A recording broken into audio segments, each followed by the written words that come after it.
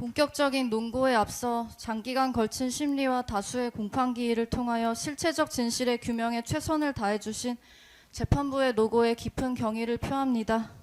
아울러 이 사건 수사와 재판을 엄중한 시선으로 지켜봐 주신 국민 여러분들께도 감사의 말씀 드립니다. 먼저 피고인 박성재에 대한 구형 의견 진술하겠습니다. 법무부 장관은 국가의 법질서를 수호하고 국민의 기본권을 보호하는 최고 책임자입니다. 이와 같은 권한은 오직 헌법과 법률의 테두리 안에서만 행사되어야 하며 그래야만 정당성을 가질 수 있습니다. 그러나 피고인은 윤석열이 비상계엄의 허울을 쓰고 내란을 일으킨 2024년 12월 3일 밤 자신에게 부여된 막중한 권한을 헌법 수호에 사용하지 않았습니다. 도리어 윤석열의 비상계엄을 수단으로 한 범죄가 성공할 수 있도록 적극적으로 부안회동하면서 내란을 정당화하고 절차적으로 뒷받침하는 데 앞장섰습니다. 윤석열이 이른바 2분 국무회의를 마치고 비상계엄 선포를 위해 나간 뒤 참석자 명단을 적고 서명을 받아야 한다고 가장 먼저 말한 사람이 바로 피고인입니다. 이날 국무회의는 법정 요건을 갖추지 못했음은 물론 윤석열의 비상계엄 선포가 헌법적 법률적 요건을 철저히 결여한 불법적 행위임을 인지하고 있던 피고인은 그럼에도 사후적으로 합법의 외양을 갖추어 국민을 기망할 수 있도록 법기술적 아이디어를 제공하였습니다. 나아가 피고인은 법무부 실무진에 지시하여 윤석열의 비상계엄 선포가 불가피할 뿐만 아니라 정당한 것이라고 강변하는 내용의 문건을 작성하도록 하였고, 이를 비상계엄 선포 다음 날인 12월 4일 이른바 안가 모임에 앞서 보고받았습니다. 내란의 사후 정당화를 위해 비상계엄의 불법성을 세탁하는 데 주도적으로 나선 것입니다. 둘째, 성공한 내란을 위하여 반대 저항 세력을 탄압할 인적 물적 기반을 준비하였습니다. 피고인은 이른바 2분 국무회의가 끝나자 신속히 과천 법무부 청사로 이동하는 차량 안에서 출국 금지팀을 비상대기하도록 지시하는 등 윤석열의 지시사항을 조치하면서 간부회의를 소집하였습니다. 그 자리에서 피고인은 전국 교정시설의 수용 여력을 파악하고 곧 꾸려질 합동수사본부의 검사 파견을 검토하도록 하였습니다. 내란은 비상계엄 선포만으로 성공할 수 없습니다. 저항하는 반대 세력의 물리적 격리와 사법 시스템을 통한 처리가 필수적으로 뒷받침되어야 합니다. 격리를 위해서는 도피를 차단하고 체포하여 수용하고 수사와 공소 제기를 위해서는 전문 인력 지원이 필요합니다. 즉 피고인의 행위는 윤석열의 불법 비상계엄에 저항할 것으로 예상되는 주요 정치인과 시민, 학생 등의 출국을 통제하면서 체포 구금하여 조기에 제압하고 나아가 탄압과 공포에 기반한 법적 실행력으로 지속되고 증대할 저항 세력을 억제함으로써 내란의 성공을 공고히 하려는 사전 조치였음이 명백합니다. 피고인은 이와 같은 일련의 행동을 통해 법 집행의 최후 보루여야 할 법무부를 하루아침에 내란 집행기구로 불법 전환하여 윤석열의 내란 행위를 인적 물적으로 뒷받침할 만반의 채비를 갖춘 것입니다. 또한 법무부 수장의 권한을 남용하여 국민에게 봉사하고 인권 보호에 충실해야 할 법무부 소속 공무원들을 불법적인 내란 행위에 강제로 동원한 용서받을 수 없는 범죄 행위를 저지른 것입니다. 셋째, 분별력을 잃고 대통령 부인의 부정한 청탁을 거리낌 없이 수용하고 실행하였습니다. 법무부 장관을 흔히 법 집행의 최후 보루라고 말합니다. 그렇기 때문에 법무부 장관은 일반 국민은 물론 여타 어느 공직자보다 더 엄격하게 법을 준수해야 할 법적 도의적 책임이 있습니다. 그러나 피고인은 검찰총장이 대통령 부인 김건희에 대한 수사팀 구성을 지시한 2024년 5월 3일 직후 5월 5일 김건희로부터 텔레그램으로 지시성 청탁 메시지를 받고 그에 따라 수사 상황을 점검하였습니다. 피고인은 2024년 5월 1일 신임검사 인관식에서 검찰은 국민 위에 군림하는 기관이 아니고 특정 인물이나 단체를 위해 일하는 기관도 아닙니다라고 말한 바 있습니다. 그러나 정작 피고인은 특정 인물의 사적 이해관계를 위해 법 집행 권한을 자의적으로 행사하였습니다. 김건희로부터 지시성 청탁 메시지를 수신한 7일 후 5월 13일 인사 시기가 아님에도 검찰청법에 따른 검찰총장과의 협의도 없이 김건희를 수사하고 있는 서울중앙지검 지휘부를 교체하는 인사를 단행하고 교체된 지휘부는 검찰총장의 사전 보고도 없이 검찰총장의 명령에 반하는 방식으로 김건희를 조사한 후 무혐의 처리함으로써 결국 김건희가 의도한 수사 결과가 도출되도록 한 것입니다. 일반 국민은 물론 하위 공직자라 해도 이런 행동은 엄두조차 낼 수 없습니다. 그런데 법 집행의 최고 감독자라는 피고인이 앞장서 관련 법률을 위반하고 외풍을 막아준 것이 아니라 오히려 검찰과 후배 검사들에게 태풍이 되어 검찰 기능을 파괴한 것입니다. 대통령 부인은 대통령이 아닙니다. 사인에 불과합니다. 당연히 법무부 장관에게 사사로이 연락해 지시하거나 부탁할 법적 권한이 있을 리 없고 법무부 장관 또한 응할 의무가 없습니다. 그러므로 피고인이 저지른 일련의 행위는 소통이 아니라 적극적인 권력형 유착이라고 보는 것이 타당합니다. 이는 피고인이 후배 검사들에게 하던 언행과 달리 공적인 법 집행의 기준을 사적인 인연이나 권력의 향배에 따라 자의적으로 운용해왔음을 여실히 보여주는 징표입니다. 윤석열의 내란에 대한 피고인의 적극적인 가담행위 또한 그 연장선에 있다고 봐야 합니다. 넷째, 피고인은 위헌 위법한 행동에 대한 반성은커녕 갖은 거짓말로 국민을 속이고 있습니다. 피고인은 2024년 1월 윤석열에 의해 법무부 장관에 지명된 뒤 다음과 같은 소감을 밝혔습니다. 임명된다면 국민의 신뢰를 받을 수 있는 공정한 법 집행과 국민의 생활 안전, 인권 보호에 최선을 다하겠습니다. 피고인은 법무부 장관 취임사에서 법무부 본연의 임무가 법과 원칙에 따른 법치주의의 실현이라고 역설하였습니다. 법치주의는 국가의 모든 권력 작용이 국민의 뜻을 반영한 헌법과 법률에 따라 이루어져야 한다는 것입니다. 권력자의 자의적이고 독단적인 권한 행사는 허용될 수 없습니다. 우리는 모두 헌법 아래에 있다라는 찰스 휴즈 전 미국 연방대법원장의 말처럼 국민이 선출한 대통령이라 해도 헌법과 법률 위에 있을 수 없고 있어서도 안 됩니다. 이것이 법치주의의 본질입니다. 그 법치주의 실현의 최전선에서 가장 막중한 책임을 부여받은 사람이 바로 법무부 장관입니다. 피고인은 법무부 장관으로서 윤석열이 정치적 반대 세력을 척결하고 국회 무력화를 위해 계엄을 선포하겠다고 말하는 현장에 임해 있었습니다. 검사 경력 26년을 자랑하는 노련한 법조인으로서 윤석열로부터 설명받은 계엄의 사유가 어떤 헌법적 법률적 근거도 갖추지 못했다는 사실을 몰랐을 리 없습니다. 피고인은 대통령을 만류했다라고 주장합니다. 그것이 진심이었다면 피고인은 윤석열의 면전에서 장관직을 사퇴하거나 국무회의가 산회한 뒤 비상계엄의 불법 부당성을 공표했어야 합니다. 법무부 장관은 헌정질서 문란 행위가 발생했을 때 이를 저지해야 할 법적인 책무가 있기 때문입니다. 피고인에게는 그럴 시간과 기회가 충분히 있었습니다. 대통령 집무실에서 조태열이 강하게 반대할 때 피고인을 비롯한 누구도 이에 동조하거나 부응하지 않았습니다. 반대할 의사가 있었다면 조태열에 의탁하여 반대하는 태도를 보였을 것입니다.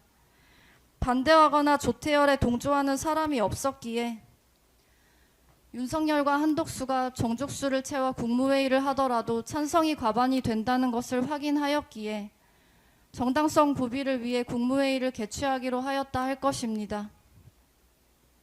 피고인은 대접견실에 대기하면서 최상목과 조태열이 강하게 반대하는 의견을 윤석열에게 개진할 때 어떠한 동조나 부응하는 태도를 보인 사실이 없고 오히려 최상목과 조태열의 반대 발언에 비아냥대며 경제와 외교가 걱정이 되는 모양입니다라고 말하기까지 합니다. 그리고 도착하여 자신의 옆에 앉은 송미령에게 반대하는 발언을 하도록 제안하는 등 반대를 위해 어떠한 행동도 하지 않았습니다.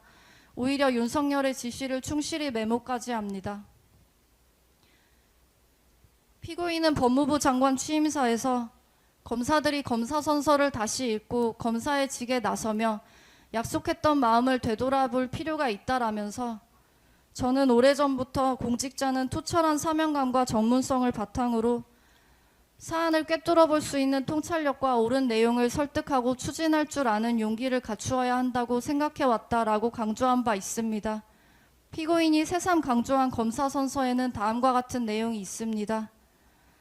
공익의 대표자로서 정의와 인권을 바로 세우고 범죄로부터 내 이웃과 공동체를 지키라는 막중한 사명을 부여받은 것입니다. 법무부의 영문 표기가 Ministry of Justice, 정의부라는 사실을 피고인도 잘 알고 있을 것입니다. 그래서 후배 검사들에게 검사선서를 다시 읽어보라고 각별히 당부하였을 것입니다. 그러나 정작 자신은 윤석열의 내란 범죄를 목도하고도 눈을 질끈 감은 채 한 배를 탔습니다. 정의와 인권, 공동체를 지키라는 막중한 사명 같은 것은 피고인의 안중에 없었던 것입니다. 피고인은 국무회의가 끝나기 무섭게 과천 법무부 청사로 곧장 달려가 심야 간부회의를 소집하고 내란의 구체적 실행을 뒷받침할 만반의 준비태세를 갖추라고 조목조목 지시하였습니다. 12월 3일 밤 피고인은 누구보다 적극적으로 비상계엄 후속 조치에 발벗고 나선 것입니다. 법무부 장관으로서 위헌 위법한 비상계엄을 수단으로 한 범죄 행위를 직접 목도한 후 지휘 감독 대상인 검찰총장과 세 차례에 걸쳐 통화하면서도 범죄 대응을 지시하지 않았습니다.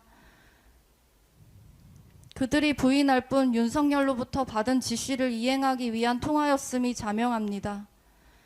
검찰총장은 12월 5일 비상계엄에 대한 수사 개시를 공표합니다. 12월 3일과 12월 5일의 차이는 비상계엄을 수단으로 한 내란이 실패했느냐 밖에 없습니다. 그러므로 계엄 선포를 적극 만류했다는 피고인의 주장은 표리부동이나 언행 불일치, 이중성이나 책임 회피를 넘어 국민의 신뢰와 기대를 정면으로 배신한 범죄 행위일 따름입니다. 우리 국민은 암울한 현대사를 통해 국가 권력을 무력으로 찬탈한 권위주의 정부가 실질적인 민주주의를 파괴하면서도 법의 외피만 빌려 독재를 민주정인 양 정당화한 사례를 익히 보아 잘 알고 있습니다. 그때마다 이를 정당화하고 국민을 속인 노련한 법 기술자들이 있었음은 주지의 사실입니다. 피고인도 윤석열의 내란 과정에서 충실한 집행관이 되기를 자청하였습니다. 피고인이 실행에 옮긴 일련의 행위는 윤석열의 내란 범죄에 합법의 가면을 씌워주기 위한 대국민 기망행위입니다. 법을 내란의 도구로 전락시킨 전형적인 권력 남용이며 우리 국민이 수십 년간 피땀 흘려 쌓아 올린 법치주의에 대한 정면 도전입니다. 그럼에도 피고인은 이 재판이 진행되는 내내 일말의 반성조차 내보인 바 없습니다. 그 대신 법령에 따른 정상적인 장관의 업무라는 부끄럼과 염치도 없는 파렴치한 변명으로 일관하였습니다.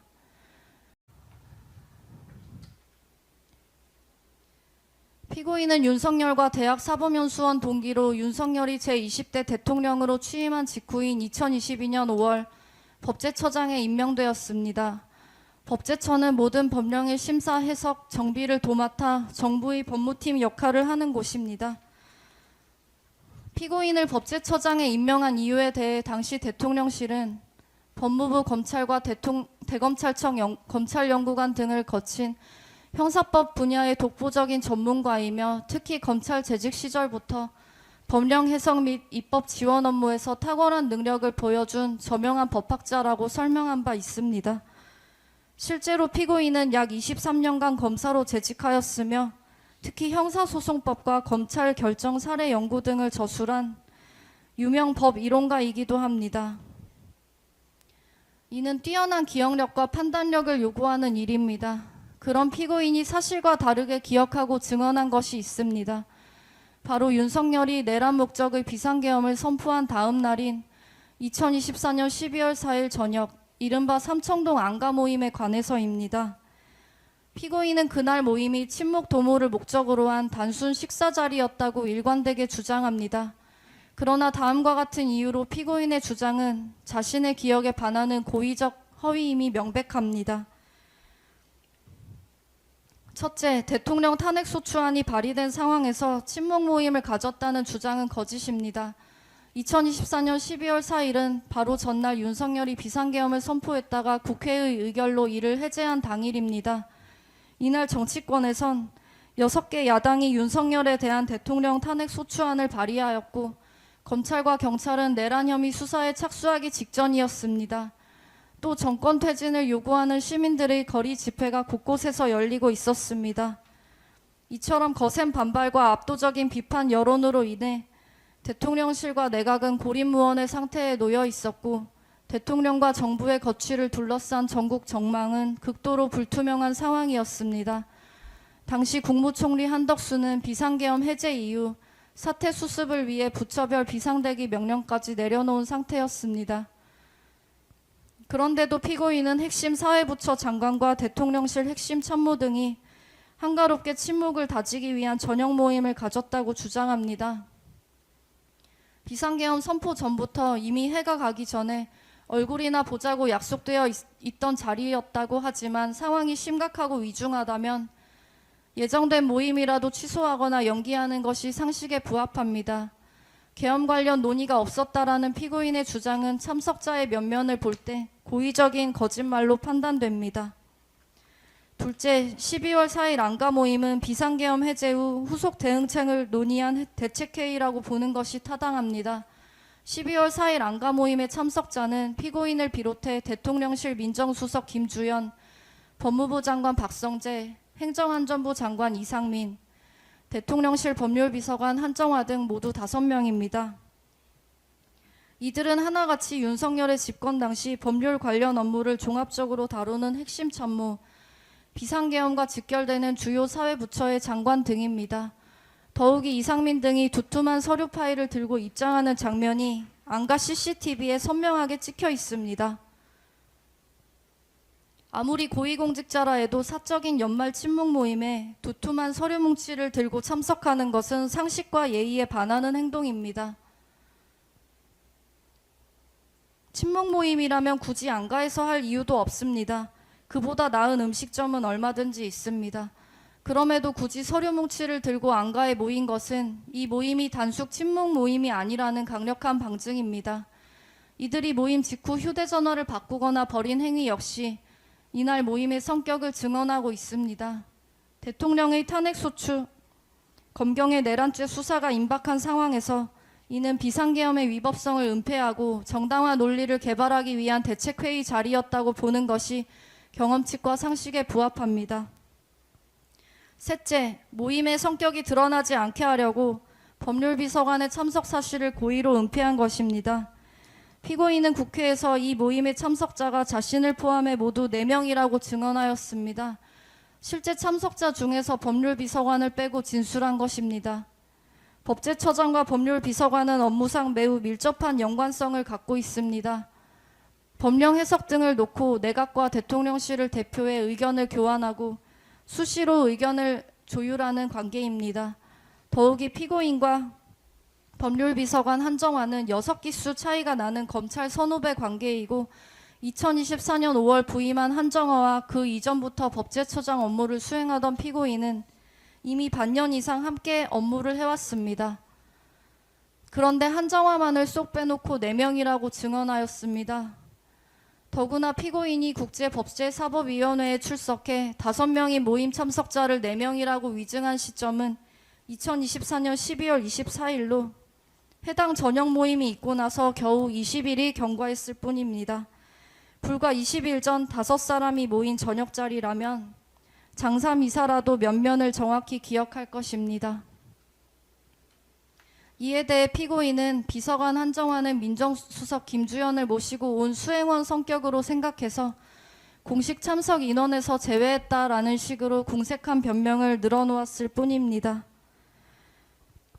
엄중한 시기에 사적인 모임에 대통령 비서관을 수행원으로 데리고 다니거나 사적인 모임을 수행하는 대통령 비서관이 있다고 생각했다면 피고인이 오랜 검사 생활과 법제처장으로 재직하면서 공사를 구분하지 않고 그와 같이 해왔기 때문이라 할 것입니다. 12월 4일 안가 모임이 열릴 당시 상황과 참석자의 면면을 종합하면 피고인은 비상계엄 해제 이후 후속 대책을 논의하기 위해 대통령실과 내각의 핵심 참모들이 은밀히 회합한 이 모임의 성격을 은폐하고 진실을 호도하기 위해 대통령실 법률비서관 한정화의 참석 사실을 일부러 기억과 다르게 진술했다고 보는 것이 타당합니다. 넷째, 5.17 내란 판례를 인용하며 형법 주회의 내란죄 부분을 집필하고 무장 군인의 국회 난입을 목도하고도 정당화에 참여하는 이중성으로 국민을 기망하고 있습니다. 피고인은 법제처장을 지낸 사람으로서 누구보다 법리에 밝고 또 법의 엄중함을 잘 알고 있습니다. 피고인은 과거 조선일보와의 인터뷰에서 법치의 기본은 법적 절차를 지키는 것이라고 말한 바 있습니다. 그렇다면 법적 절차를 지키지 않은 윤석열의 계엄은 당연히 범죄의 기본을 위배한 범죄 행위인 것이며 평소 피고인의 소신에 따른다면 윤석열의 내란에 대해 크게 분노하고 준엄히 비판하며 단죄를 요구하는 것이 마땅하다고 할 것입니다. 피고인은 2023년 12월 출간된 형법주회의 내란죄 부분을 집필했고 책에서 5.17 내란 사건 대법원 판례를 인용하고 있습니다. 피고인은 비상계엄 하에서도 국회 기능에 대해서는 어떠한 조치도 할 수 없다는 것을 누구보다 잘 아는 사람입니다. 그리고 무장군인과 경찰이 국회를 봉쇄하고 의사당 안으로 난입하는 모습을 확인하였습니다. 법학자이자 법률 전문가로서 자신의 직접 목도를 통해 위헌 위법한 비상계엄임을 잘 알면서도 피고인은 윤석열의 내란죄는 성립되지 않는다라는 궤변을 늘어놓으며 누가 봐도 분명한 모임의 실체를 은폐하기 위해 참석자 숫자를 고의로 축소하고 모임의 성격을 왜곡하였습니다. 피고인은 비상계엄 당시 법제처장으로서 그리고 그 직에 있었던 자로서 국회의 조사 등에서 진상이 신속히 규명되어 대한민국이 빠르게 회복될 수 있도록 적극적으로 협력할 책무가 있음에도 오히려 자신을 임명한 윤석열의 권력 유지를 통한 자신의 권력 유지를 위해 계엄을 정당화하는 대책을 논의하는 자리에 참석하고 모임의 진상에 대해 거짓을 일관하였습니다. 이는 그 자체로 국민을 기망한 행위일 뿐 아니라 피고인 자신이 강조해 마지 않은 법치주의의 근간을 명백히 훼손한 것입니다. 누구보다 법 절차 준수에 앞장서야 할 피고인은 안가 모임의 진실을 은폐 호도하며 이 법정에서도 거짓으로 일관하였습니다. 엄중하고 추상 같은 판단으로 법 지식과 전문성을 내세운 피고인의 이중성을 단죄하고 무너뜨린 정의를 바로 세워주실 것을 요청합니다. 이에 피고인 이완규에게 징역 3년을 선고해 주시기 바랍니다. 지금부터 피고인 이완규의 국회에서의 증언 감정 등에 관한 법률 위반 사건에 대한 특검 측 항소 이유 말씀드리겠습니다. 특검은 원심의 피고인에 대한 공소기각 판결이 내란특검법 제2조의 각호의 사건, 관련된 사건 및 관련 사건의 의미와 관계를 잘못 또는 부당하게 좁게 해석한 법리 오해에 기인한 것이라고 판단하여 이를 바로잡고자 항소하였습니다.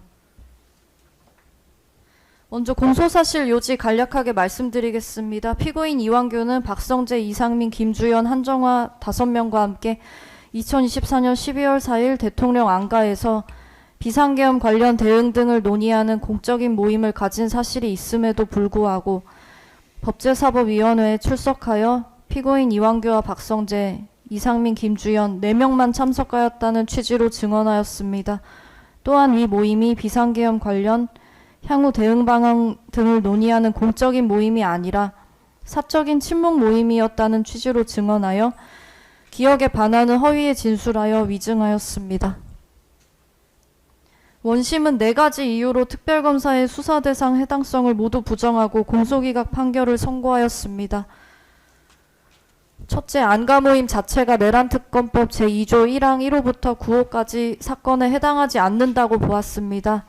둘째, 피고인의 국회 위증과 12.3 비상계엄 관련 내란 외환 행위 사이에 합리적 관련성이 인정되지 않으므로 제10호의 내란 외환 행위와 관련된 고소고발 사건에도 해당하지 않는다고 판단하였습니다.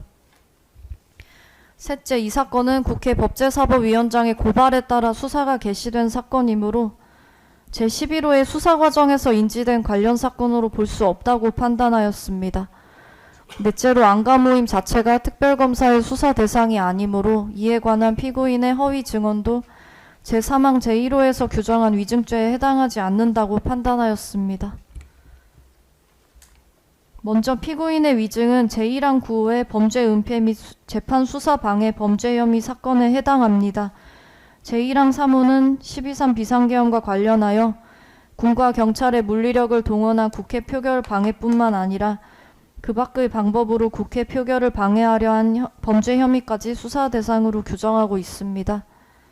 이 사건 안가모임은 윤석열이 탄핵소추와 탄핵표결, 내란죄 수사를 앞두고 이상민과 김주현 등에게 대응 방안을 마련하도록 지시함에 따라 개최되었습니다. 박성재는 안가모임에 참석하기 직전 임세진 등에게 비상계엄 정당화 문건을 작성하도록 지시하였고, 안가모임에서는 그와 같은 정당화 논리와 향후 대응 방안이 논의되었습니다. 이와 같이 안가모임을 통해 비상계엄 정당화 논리를 개발하고 이를 공표하려 한 행위는 그 자체로 제1항 제1호부터 8호까지의 비상계엄 관련 범죄 혐의를 은폐하거나 수사 또는 재판을 방해하려는 행위이므로 제1항 제9호의 범죄 은폐 등 범죄 혐의 사건에 해당할 뿐만 아니라 비상계엄 선포가 정당한 것처럼 선동하여 윤석열에 대한 국회의 탄핵 소추안 표결을 저지하려 한 것이므로 제1항 제3호의 그 밖의 방법으로 국회 표결을 방해한 범죄 혐의 사건에 해당합니다. 결국 피고인이 국회에서 안가모임의 참석자와 성격을 허위로 증언한 행위는 제1항 제9호의 범죄 은폐 등 범죄 혐의 사건과 제1항 제3호의 그 밖의 방법으로 국회 표결을 방해한 범죄 혐의 사건의 각 실체 진실 발견을 방해하거나 지연시키는 등 또 다른 범죄 은폐 및 재판 수사 방해 행위이므로 피고인의 위증은 제1항 제3호 또는 9호 범죄 혐의 사건에 대한 범죄 은폐 및 재판 수사 방해 혐의로서 제9호 사건에 해당합니다. 이와 관련하여 원심은 특검이 제출한 2026년 4월 16일자 의견서를 근거로 특별검사가 안가모임을 제9호 사건에 해당하지 않는 것으로 주장하고 있다고 판단하였으나 이는 범죄 은폐를 위한 논의를 하였다는 사실과 그 논의 자체가 독립된 범죄를 구성하는지는 구분하여야 한다는 설명으로 원심은 성명에 대한 특별검사의 답변 취지를 오해하였습니다. 원심 판시와 같이 안가모임이 자발적으로 이루어진 것이 아니라 윤석열의 지시에 의해 이루어진 것이라면 윤석열에 대하여는 직권남용 권리행사 방해죄가 성립될 수 있고, 안가모임에서의 논의가 범죄 은폐 수사 방해에 해당한다는 것은 곧 내란 행위와의 합리적 관련성이 인정된다는 것을 의미합니다. 따라서 이 사건 위증 역시 내란 관련 범죄 은폐에 관한 제9호 사건에 해당합니다. 다음으로 피고인의 위증은 제1항 제10호의 내란 외환 행위와 관련된 고소고발 사건 및 제11호의 수사 과정에서 인지된 관련 사건에 해당합니다. 먼저 제10호와 제11호의 관련성 및 인지의 의미에 대해서 말씀드리겠습니다. 최근 대법원은 윤석열의 특수공무집행 방해 등 사건에서 공수처법상 관련 범죄의 판단 기준을 구체적으로 제시하였습니다. 대법원은 수사 과정에서 인지한이라는 의미에 대하여 수사 개시부터 종결까지의 전 과정에서 관련 범죄의 혐의를 알게 된 경우를 의미하고 반드시 범죄 인지서를 작성하거나 별도의 사건 번호를 부여하는 형식적인 절차를 거쳐야 하는 것은 아니라고 판단하였습니다. 또한 관련성은 수사의 대상과 과정, 수사에 이르게 된 경위 등을 종합하여 구체적이고 개별적인 연관관계가 인정되는지를 기준으로 판단하여야 한다고 판시하였습니다. 공수처법은 이 사건 내란특검법과 달리 단순한 관련성이 아니라 직접 관련성까지 명문으로 요구하고 있는데 이에 대하여 대법원은 배경이 되는 사실관계가 동일하고 증거가 상당 부분 중첩되어 수사 과정에서 자연스럽게 드러날 수밖에 없는 경우에는 직접 관련성이 인정된다고 판시하였습니다. 이 사건은 안가 모임의 존재와 참석자, 비상계엄 정당화 논리의 작성 경위 등 배경이 되는 사실관계가 내란 관련 사건과 동일하고 박성재 수첩, 권한남용 수정 PDF 파일, 삼청동 안가 CCTV 등 증거도 상당 부분 중첩되는 바 위 대법원 판결이 제시한 기준에 따르더라도 이 사건은 내란특검법 제2조 1항 10호, 11호의 관련 사건으로 보기 충분합니다. 내란특검법 제2조 1항 10호는 제1호부터 9호까지의 사건 등 내란 외환행위와 관련된 고소고발 사건이라고 규정하고 있습니다.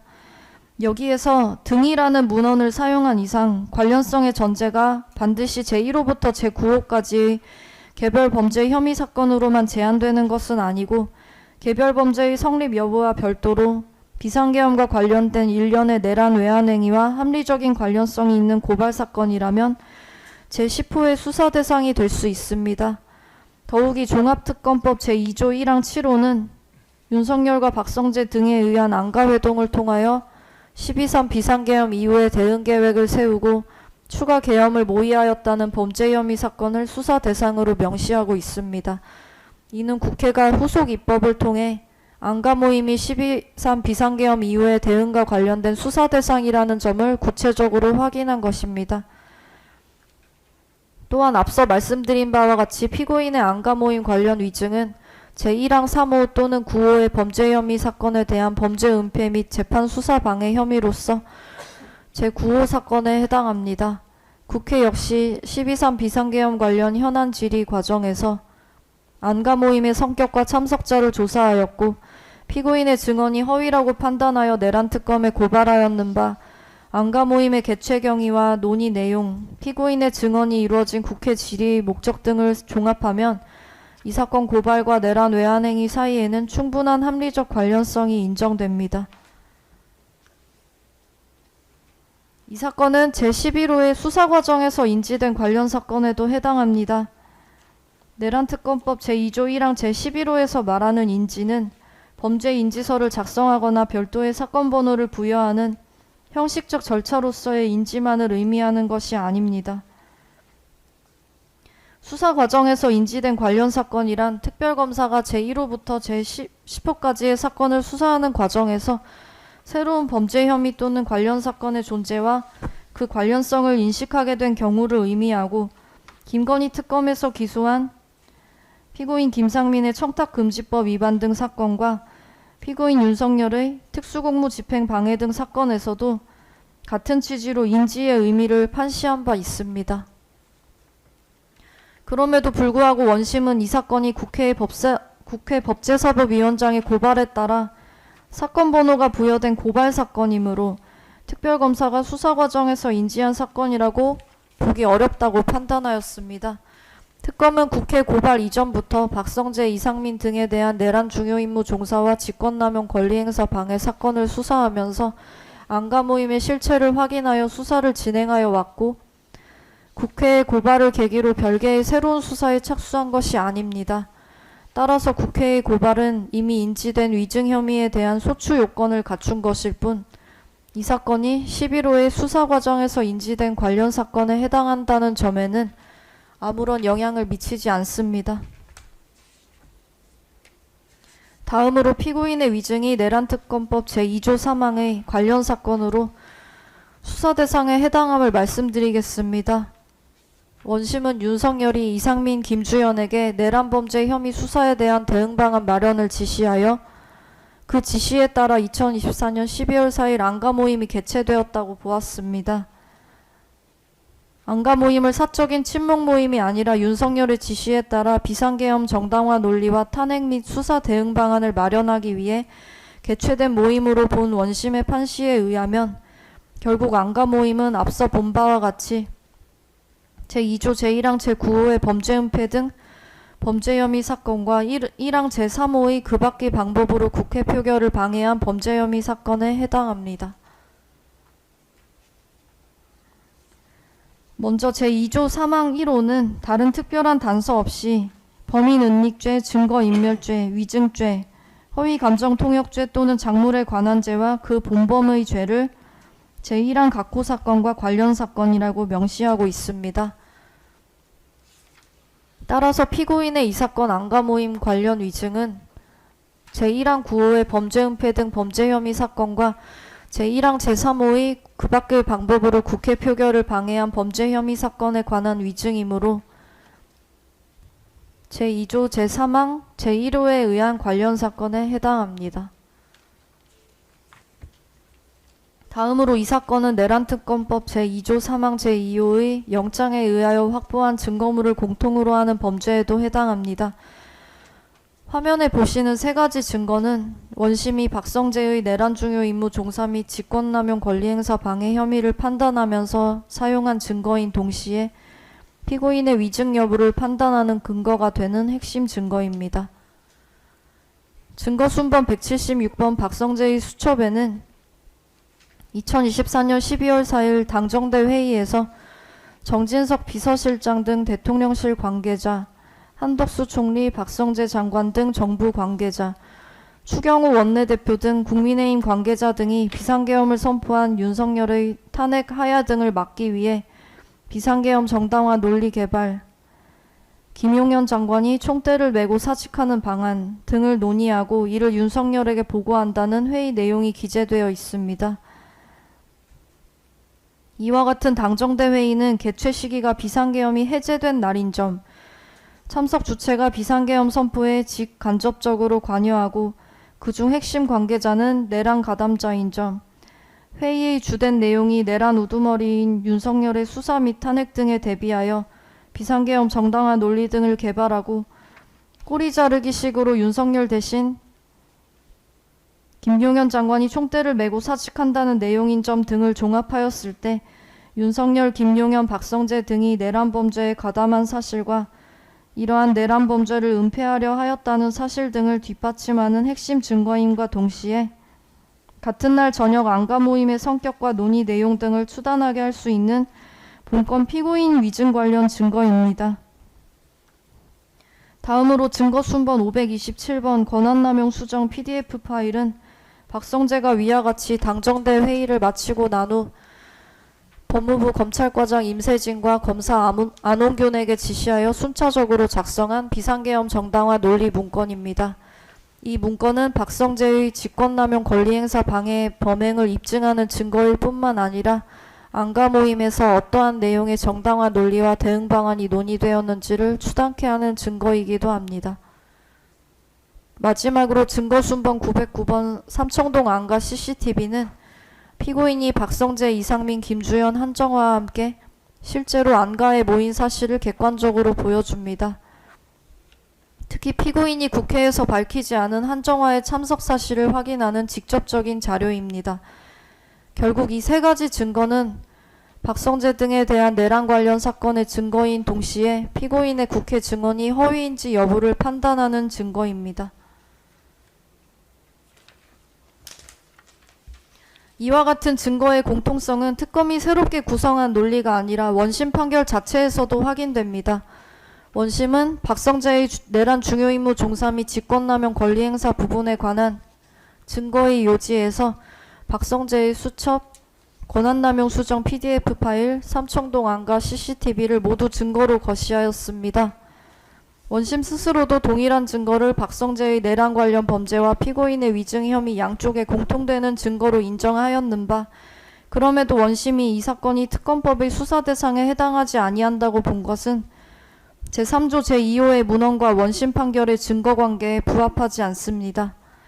따라서 이 사건은 내란특검법 제2조 제1항 제1호 사건 및 제2조 1항 11호 사건과 영장에 의하여 확보한 증거물을 공통으로 하는 범죄로서 제3항 제2호의 관련 사건에 해당합니다.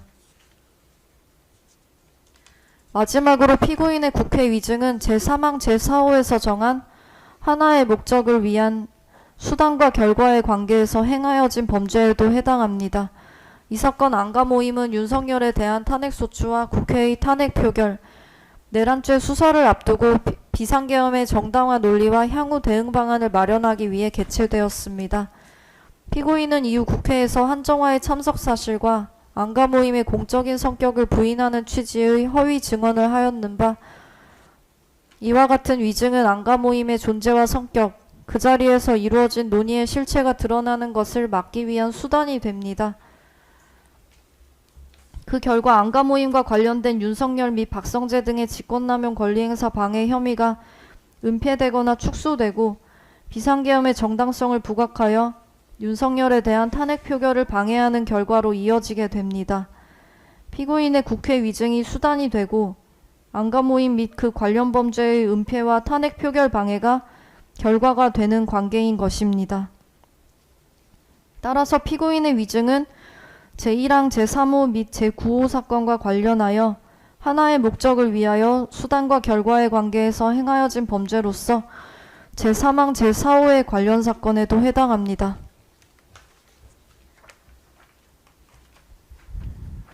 게다가 이 사건에서는 특별검사의 수사권이나 공소권 남용을 우려할 사정도 없습니다. 피고인은 원심의 공소기각 판결 이후 실체 판단을 희망한다는 취지로 스스로 항소하였고 그 항소가 기각되자 즉시 항고와 재항고까지 제기하였습니다. 법률 전문가인 피고인 스스로도 이 사건에 대한 실체 판단의 필요성을 주장하고 있습니다. 특검은 처음부터 피고인의 위증 혐의를 수사하기 위하여 박성재나 이상민 등에 대한 내란 사건의 수사를 형식적으로 개시한 것이 아닙니다. 박성재와 이상민 등에 대한 내란 중요임무 종사 및 직권남용 권리행사 방해 사건을 수사하는 과정에서 안가 모임의 존재와 참석자, 논의 내용이 확인되었고 동일한 증거에 의하여 피고인의 위증 혐의가 자연스럽게 드러난 것입니다. 피고인의 위증 혐의는 내란 관련 사건과 배경이 되는 사실관계가 동일하고 증거도 대부분 중첩됩니다. 그럼에도 공소기각 판결이 확정된다면 동일한 사건 기록과 증거에 대하여 수사기관과 공소제기 기관은 물론 법원과 피고인도 동일한 절차를 다시 반복하여야 합니다. 따라서 이미 현출된 증거와 변론 내용을 토대로 사건의 실체를 판단하는 것이 피고인의 절차적 이익과 소송 경제에도 부합합니다. 이와 같이 원심 판결에는 특별검사의 수사 대상 범위에 관한 법리 오해의 위법이 있습니다. 이에 특검은 원심 판결 중 피고인 이완규의 국회에서의 증언 감정 등에 관한 법률 위반 부분을 파기하고 그 공소 사실에 관하여 실체 판단을 하여 주실 것을 요청드립니다. 이상으로 항소 이유 마치겠습니다. 예. 그 피고인이 기소되어 있는 그 안가 모임과 관련해서는 너무 많은 그 정치나 언론이나 이런 쪽에서 너무 온갖 추측과 추론이 만연돼 있어서 그 부분의 진실을 밝히는 것이 정말 너무 어렵다는 생각입니다. 원심에서도 계속 말씀드렸습니다만 그날 저는 그 세종에 있을 때 오후에 이상민 장관으로부터 저녁을 같이 할 수 있냐는 전화를 받고 올라가서 그 저녁모임에 참석했었고 저는 그 계엄 선포가 진행된 과정에 대해서 전혀 몰랐었기 때문에 답답해서 그 만나서 도대체 이게 어떻게 된 거냐고 물었고 그리고 거기에 참석했던 세 사람이 다 아무도 모르는 그런 경우에 대해서 아는 사람이 없어서 그런 부분에 대해서 정말 어떻게 이런 일이 있을 수 있냐는 취지의 답답함과 그런 것을 토로하는 자리였고 그리고 헤어진 것입니다. 그런 자리에서 지금 특별검사 측은 무슨 뭐 여러 가지 그 계엄 선포와 관련된 뭐 대응책을 마련했다느니 또는 앞으로 진행될 수사에 관한 대응책을 마련했다느니 그런 추론을 해서 저를 기소하였는데 그 상황에서는 그런 얘기를 나눌 수 있는 그런 상황 자체가 아니었다는 말씀을 다시 한번 드리겠습니다. 적어도 형사재판의 기본적인 원칙은 증거재판주의로 알고 있습니다. 대학교의 법과대학에서 다닐 때도 그렇게 배웠고 제가 법정에 대해서도 그렇게 배웠습니다. 모든 증거를 따라서 사실 인정을 해야 되는데 그런 증거가 없음에도 불구하고 그냥 뭐 뻔한 거 아니야? 라는 식으로 그런 추론으로 사실 판단을 하는 그것은 증거재판주의 기본에 반하는 생각을 합니다. 사실관계, 안가 모임과 관련해서는 이 정도로 말씀드리고요. 나머지 공소기각과 관련해서 검찰 측에서 항소한 것에 법리에 관한 판단은 이미 말씀드렸듯이 우리 변호인께서 충분히 말씀드렸기 때문에 생략하겠습니다. 현명한 판단을 해주시기 바랍니다. 예, 알겠습니다. 이렇게 제가 말씀드릴 수 있는 기회를 마이크를 잠깐 좀 쓰셔가지고 좀 올리시면 말씀드릴 예. 수 있는 기회를 주셔서 감사합니다. 저는 비상계엄과 관련하여 윤석열 대통령으로부터 어떠한 업무 수행 지시를 받은 바가 없습니다. 계엄 선포 후 어떠한 폭동에도 관여한 바가 없습니다. 또한 국헌을 문란할 목적으로 직권을 남용하여 부당한 업무 지시를 한 사실도 없습니다. 저는 계엄이 선포된 후 그로 인하여 법무부 업무에 큰 변화가 생기거나 여러 가지 부작용이나 혼란이 생길 수 있는 부서를 먼저 머리에 떠올렸습니다. 간부회의에서 그 부서에서 생길 수 있는 상황들을 걱정하며 점검하였을 뿐입니다. 원심은 검사가 끝내 증명하지 못한 공소사실의 핵심 연결고리를 추론으로 메우려 하였고 그 과정에서 스스로 인정한 사실조차 서로 맞지 않는 판단을 한 것으로 보입니다. 원심의 핵심적인 쟁점인 대통령으로부터 지시를 받았는지 여부의 점에 대해서 증명할 아무런 증거가 없음에도 그러한 지시가 없었다면 피고인이 법무부 간부들에게 아무런 지시를 하지 않았을 것인데 그런 지시를 한 것으로 보면 지시를 받았음이 틀림없다는 논리를 전제하고 그 이후의 모든 사실은 그 전제에 껴 맞추는 식으로 한 것으로 보입니다. 비상계엄이라는 비상상황에서 장관으로서 업무의 변화가 많이 생기는 부서, 부작용이나 혼란이 생길 수 있는 부서를 생각하고 이에 대해서 부작용이나 혼란을 최소화하고자 하는 생각에서 취한 점검과 대비 행위였습니다. 그 자체는 누구의 지시가 있어야만 할 수 있는 업무 점검과 지시가 아닙니다. 가장 기본적인 업무입니다. 책임 있는 공직자라면 누구나 당연히 해야 할 책무라고 생각됩니다. 저는 그 책무를 다하였을 뿐입니다. 저는 간부회의 시에도 헌법과 법률에 따라 업무를 처리하라고 하였고 비상계엄의 최종 통제는 의회가 가지고 있다는 생각을 하고서 의회 사항을 주시하고 있다가 의회가 해제 요구 의결이 있자 민정수석에게 계엄 해제 조치를 취해야 한다고 말한 사실이 있습니다. 이는 전부 헌법을 준수하려고 한 생각에서 한 행동이지 국헌을 문란하고 헌법을 준수하지 않을 생각을 가지고 한 것이 아닙니다. 이런 저희 생각을 재판부께서 현명하게 좀 잘 판단해 주시면 감사하겠습니다. 이사입니다. 예.